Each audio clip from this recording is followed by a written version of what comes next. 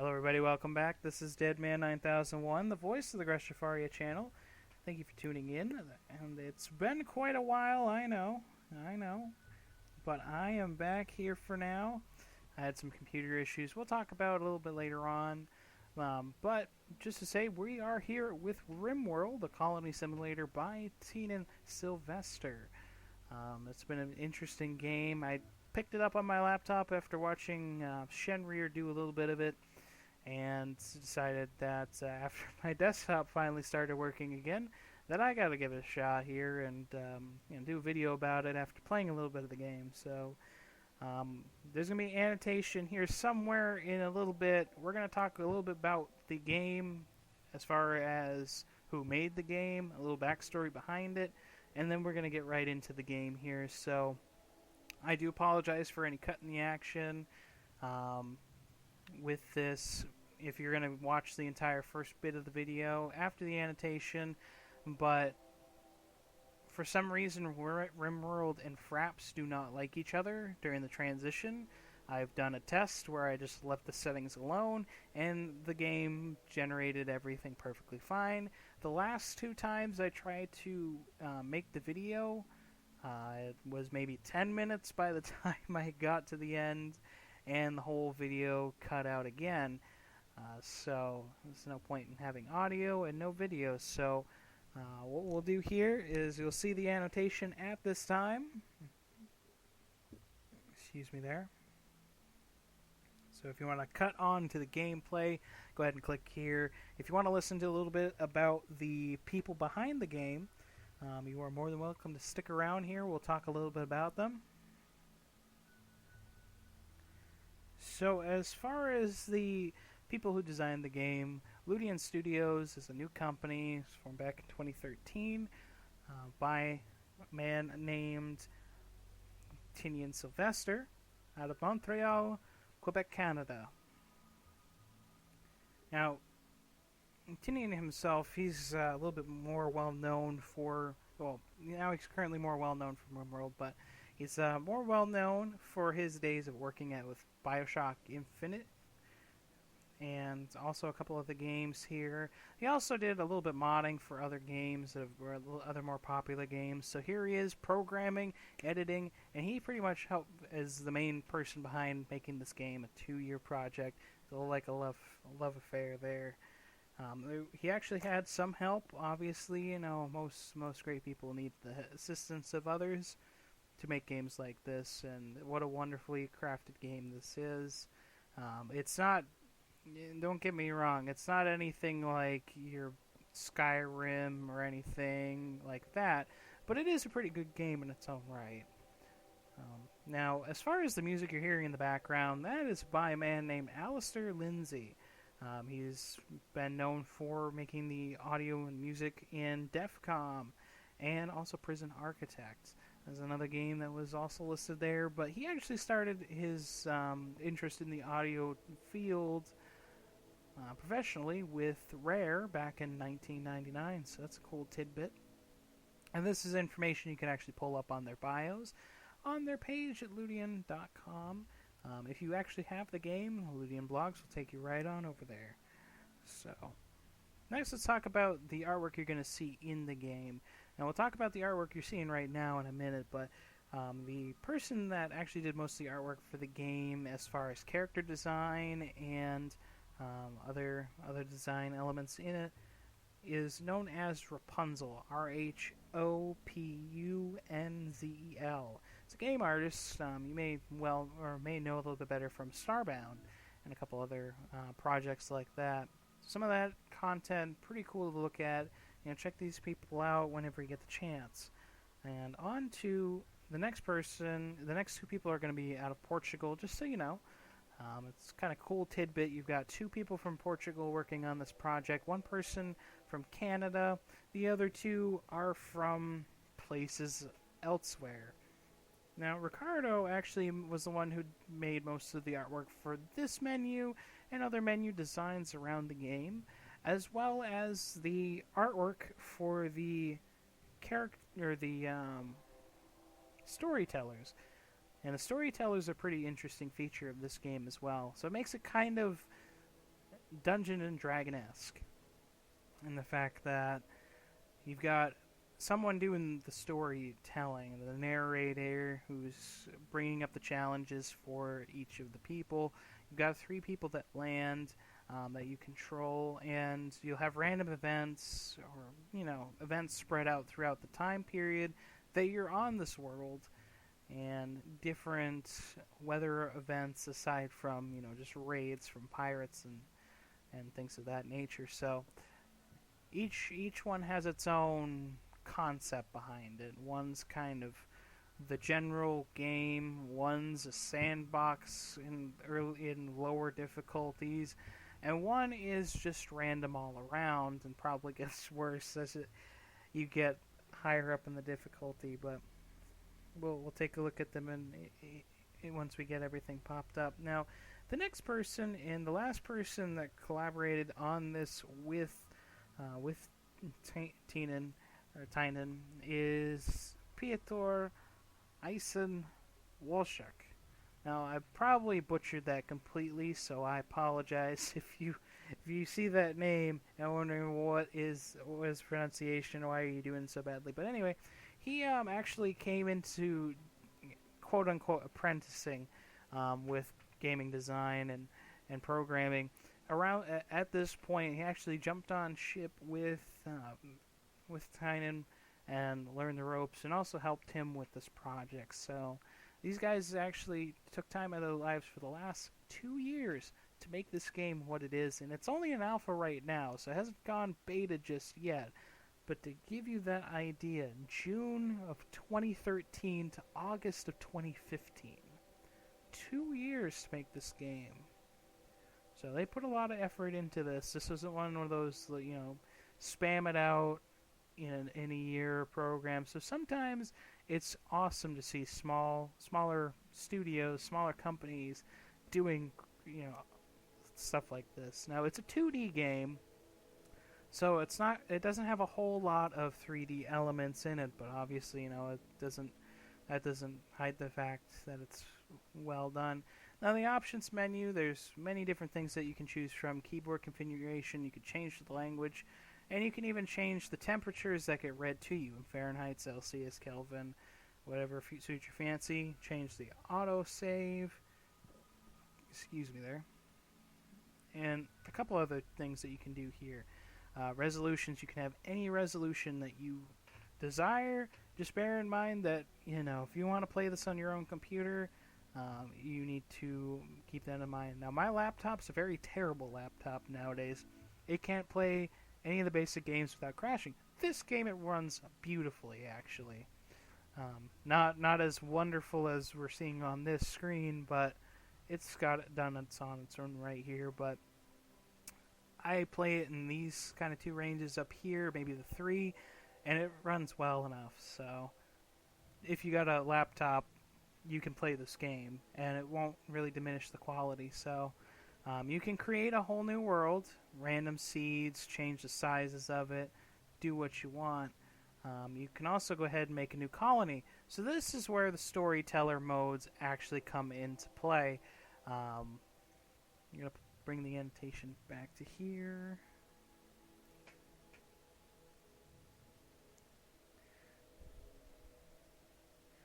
So as far as this goes, there's a bunch of different storytellers here, and these are the characters that the AI that kind of gives you the depth of the game. And this is why the game has the replayability, because there's 3 different types of storytellers, and each has the same kind of difficulty settings that you can choose, but that doesn't mean the gameplay is going to be the same every time. Never is it the same every time, even if you pick Cassandra Classic or this one right here, Phoebe Chillax, Randy Random. There you go. So based on the names, I think you can kind of get what each storyteller is like. Cassandra takes it more of the gradually increased difficulty throughout the gameplay. The longer you go, the more difficult the challenges are going to become. You've got Miss Chillax over here, and like I said, in the lower levels, it doesn't give you as much of a hardball as maybe Cassandra would give you, where you may not have a whole lot of time in between raids. Or hers, she gives you a lot much more time to do it, so you can actually, build a base, build it proper before you actually get too far. But as you get to the higher levels, obviously, they're going to scale. This one here, Randy, I mean, I haven't played any other modes besides Classic, but his, obviously his storytelling is going to be a lot more random. And sometimes you could have all the best luck in the world, RNGesus, or you're going to have a bad time. Case in point, you watch Shenrir. I don't know if he ever played random, but the things that he talks about that would be worse to have: a solar flare, a heat wave, and toxic fallout, all at the same time. That could happen here in any of those scenarios, whether it's base builder or up. So we're gonna go with Cassandra here. We're gonna go rough, giggity, and we're gonna pick on the world that we had chosen before, and now we can choose any part of these biomes. Each biome has a different idea. Boreal forest. So this is kind of your the Canadian Shield, and then you get up into tundra, ice sheets. Obviously these are going to be a lot harder to play in different modes. Desert's pretty difficult to play as well. You get the temperate forest and the tropical rainforest and the arid shrubland. Those are some of the options that you have. So we're actually going to go down here. Where this island is. Actually, maybe pick here? I don't know.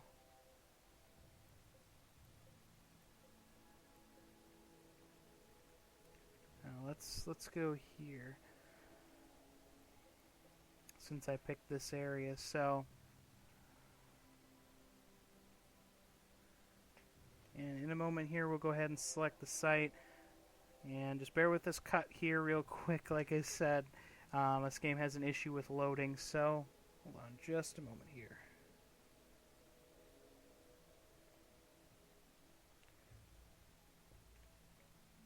Oh, my bad. Sorry about that. Anyway, so as far as this goes, before we get too far, I forgot one other thing too. You've got the character creation area where you can create your colonists. Each colonist has a whole different level of skills, backstory, and everything. So this is where the D&D-esque part comes in. Like I said, each character has its own strengths and weaknesses. Ben, pretty good with art, or interest in art, mining, animals, and some basic interest in this. These you can actually increase as the character does the skill. So obviously shooting, he's got a gun or a ranged weapon, and shoots. Melee, he's got a knife or a close combat and does the close combat. Animals, trains them. Is hunting part of that too? Nope. Taming is part of that. And then you got mining and artistic that are all interested. So if you see one flame, it means they have just a basic passion of it. They're interested in it, and they will gain experience based on that. Now, unfortunately, he has some things where he is not interested or is not able to do certain things because he's incapable of doing them. He is heat tolerant though, so he's going to be okay during the summer, but not during the winter. I may change one or two of these. This guy has a burning passion, obviously, for construction and growing, so we may keep him just because he'll farm and he'll be the cook. It seems like I actually got pretty well off where there are things that each can't do and things that they can do. This is all men. Maybe I'll change one of them. So I think I'll change Chad because Yardy, besides being 50, he's got some great skills in certain areas here, like medicine and social, which means that we can recruit people and in prison, for prisoners and deal with other people. So we'll keep him around here. I think we'll change this up to get a female colonist. That's a lot of randomizing to get to a female colonist.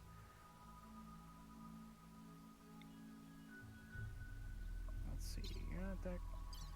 Okay, well, I think we found somebody else that's of good interest for us. And that'll be Carrie here. Or Sana Carrie.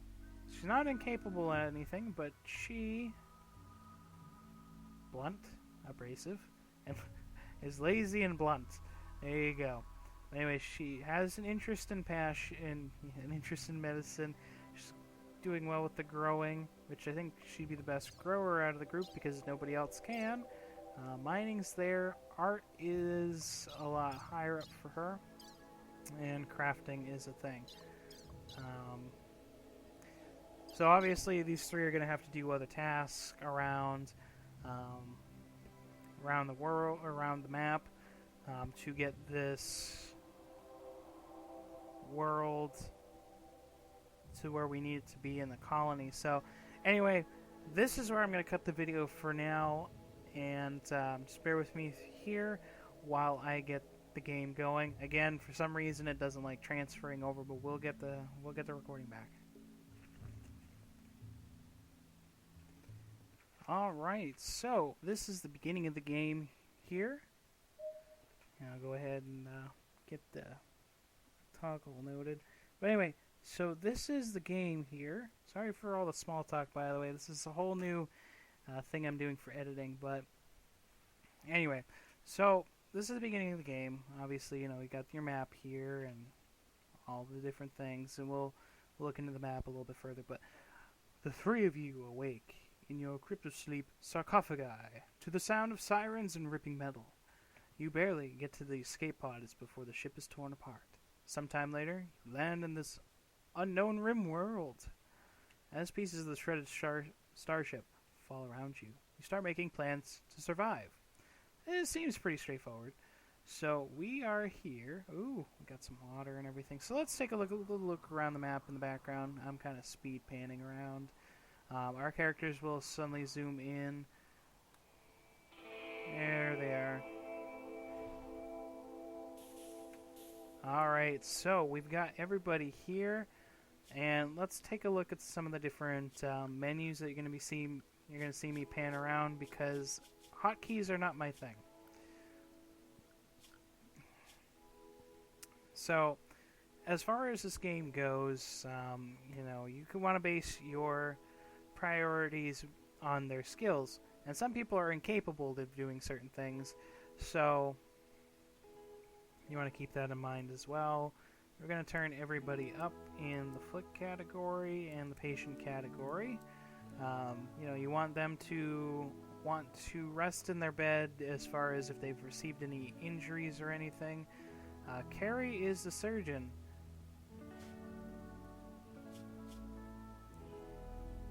Although she has very low interest in actual surgery. I mean, she's interested in it, but that's not the main goal. So, who is? Yardi. He's got a 10 skill in it, so we're going to put him as the doctor. I'll put you at a 2. Now, interestingly enough, he cannot do this kind of work. He cannot do a whole lot of kind of work, as you saw from his character screen. But he can warden. He can handle animals. We're going to kind of set these guys at 2 for now. Let's see, who's got the best? Yeah, well, we'll make you the cook. And as far as hunting goes, we'll make Yardi that.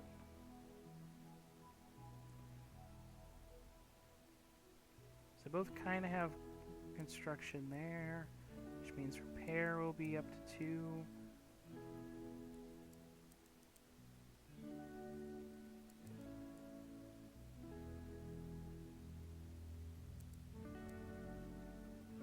So I'm going to kind of choose their focuses here.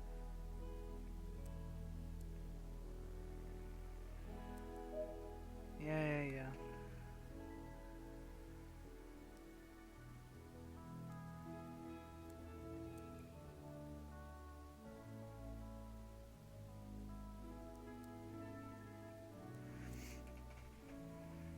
So I've kind of set 2 of the things up as number 1 and a couple of other things up at 1.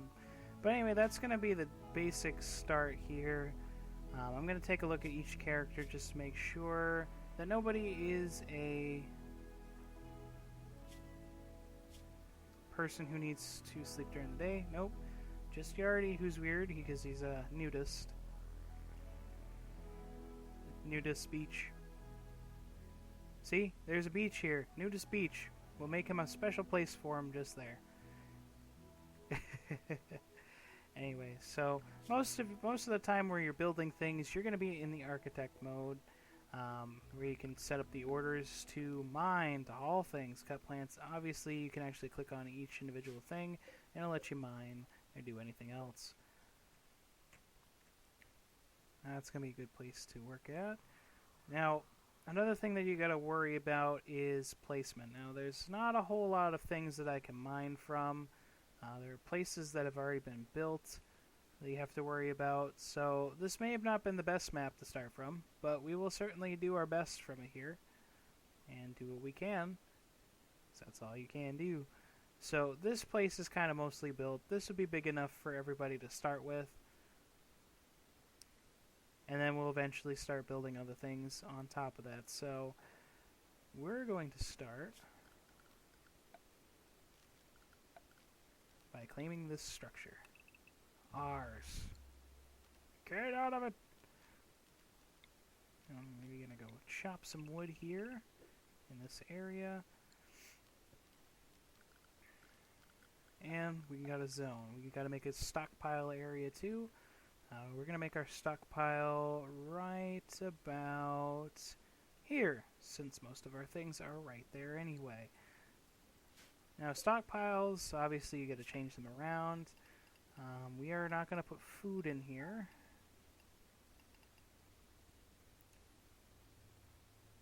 Or medicine. Any of the frozen things you don't want to leave outside, because they obviously rot. Gonna let chunks be in here. Corpses, no, unless mechanoid. And no body parts. Now, with everything that you see by an X, you have to change it to not being an X for them to do anything with it, because they consider it forbidden. Blah, blah, blah. So we've got... Think of it this way. I mean, items just kind of sprawled everywhere from the original crash, so... You know, initially you're going to be kind of getting these items out for a long time. So let's see what we got in the area here for items. So I don't want that. I don't want that. I want that. No, I don't want the people.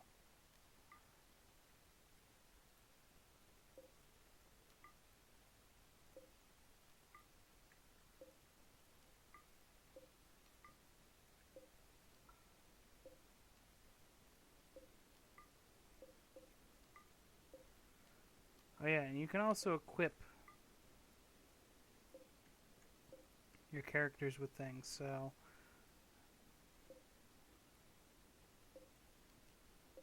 Why don't we... So who's the best with the shooting? You. I'm going to equip that. Who's the best with the melee? You haven't interested in it. There we go. So that's going to be that for now. We're going to want... We don't really have anything in the stockpile, but we will have steel. So we're going to go into structure and get a steel wall here. Actually, no, we're going to put a stockpile in there first. I know we said we want food inside, but we're going to go ahead and just put the food right here for now.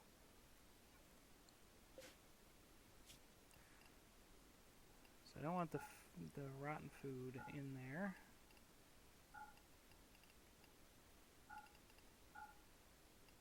And we're okay with having medicine in there, but other things we don't want in there. And human-like and animal corpses. There we go. So let's actually let them do their thing for now.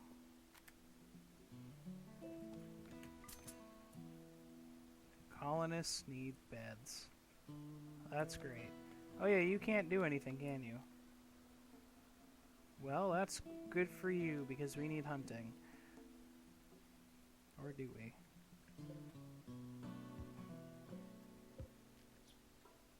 Actually, hunting is one of his skills, so I'm gonna pick some of the creatures to hunt here.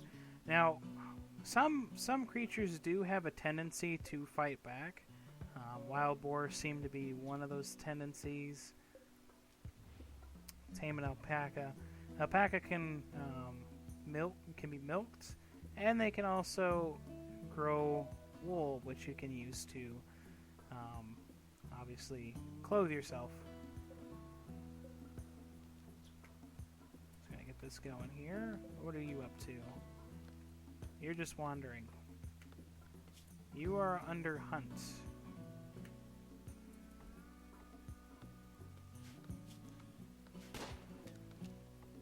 Now, another thing you have to be careful of is when they hunt, they could possibly shoot each other. They can also shoot other things, so you have to be careful about that as well. Let us also do work. Yeah, you have to color this brush. I'm going to put a lot of work here. A little joy in the morning. A little joy in the evening. And some for the break. And of course, you can also do growing zones.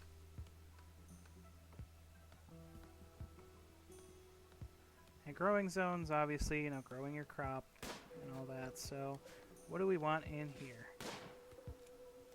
It's going to be potato. We'll do strawberry in here. And why don't we do Zerigium? Now, Zerigium is supposed to be, you know, medicine. So you can actually grow the medicine in that. Oh, Ben, what are you doing? He's vomiting. Well, that's nice. You mind not being in the line of fire here?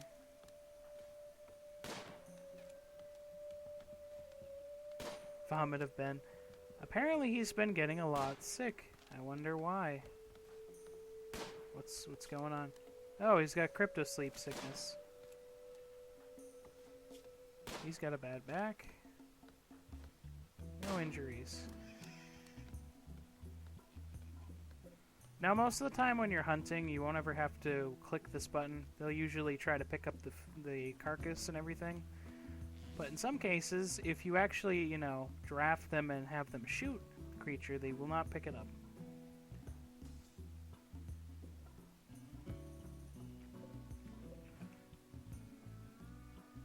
So I'm going to order them to harvest at some point. So where are we at? We're at the 13th hour. Let us actually start building some things. So right now I'm just going to put some sleeping spots in. So everybody has a sleeping spot.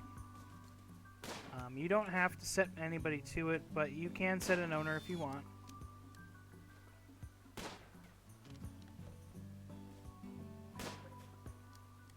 So currently we've got some things in there already. We've got some wood and some steel. So why don't we start building an area? We're going to use some wood for now. And I think we're actually going to try to enclose this area.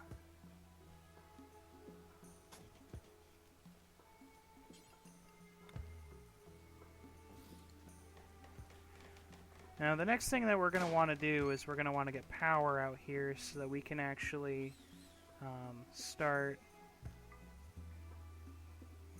cooling things off. You know, because this is going to spoil in 4 days. This is going to spoil in 4 days as well. And the medicine's going to lose its effectiveness.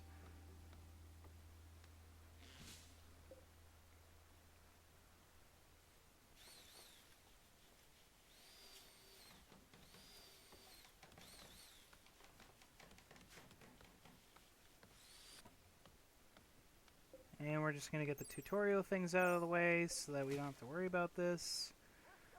But anyway, so for the first night or two, we're going to just leave things as is.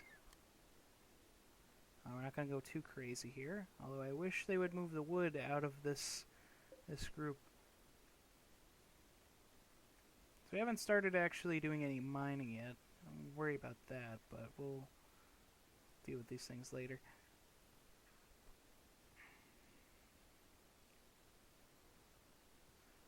Let's actually speed up some time here. They will begin working more on this in the morning.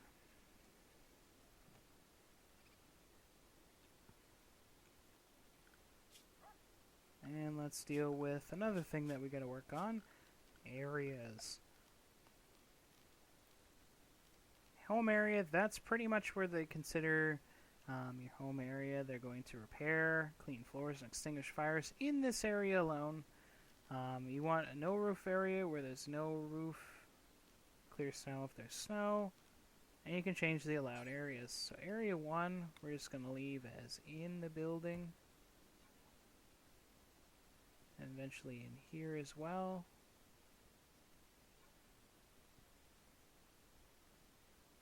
And that'll be zone 1. And the animal area we'll do in here as well.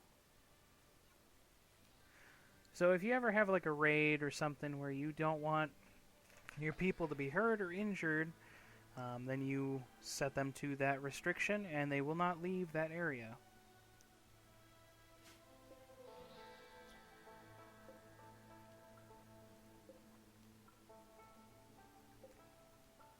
So these chunks are pretty useful things. Eventually you can carve them out with stone tools and it will actually start removing some of that. So, who was our miner? Our miner was Ben. Now, Ben's going to be, well, dealing with some of these things right now. Oh, you got a turtle. Thankfully, you don't have to worry about, ammo or anything in this game yet.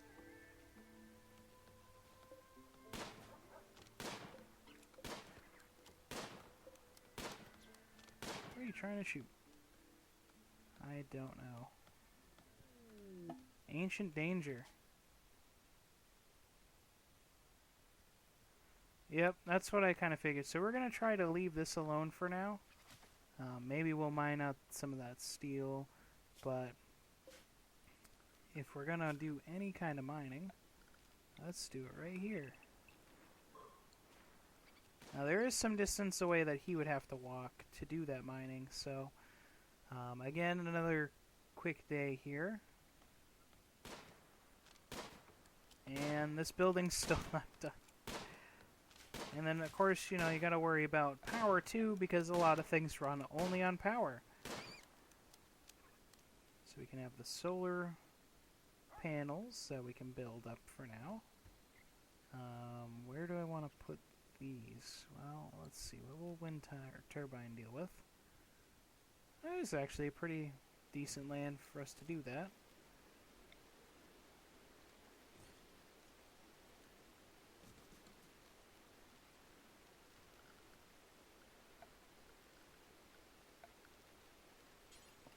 How much steel? Oh, we've got a little bit of steel.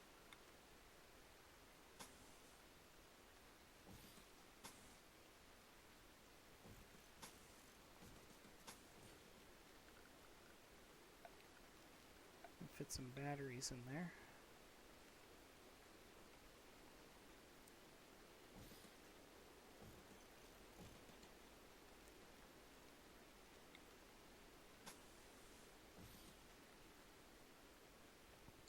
And that'll be initial build. So, anyway, guys, I thank you for tuning in and watching this initial episode here. This is Deadman9001, welcoming you back to the world of YouTube. and meal source. Anyway, I'll see you guys next time.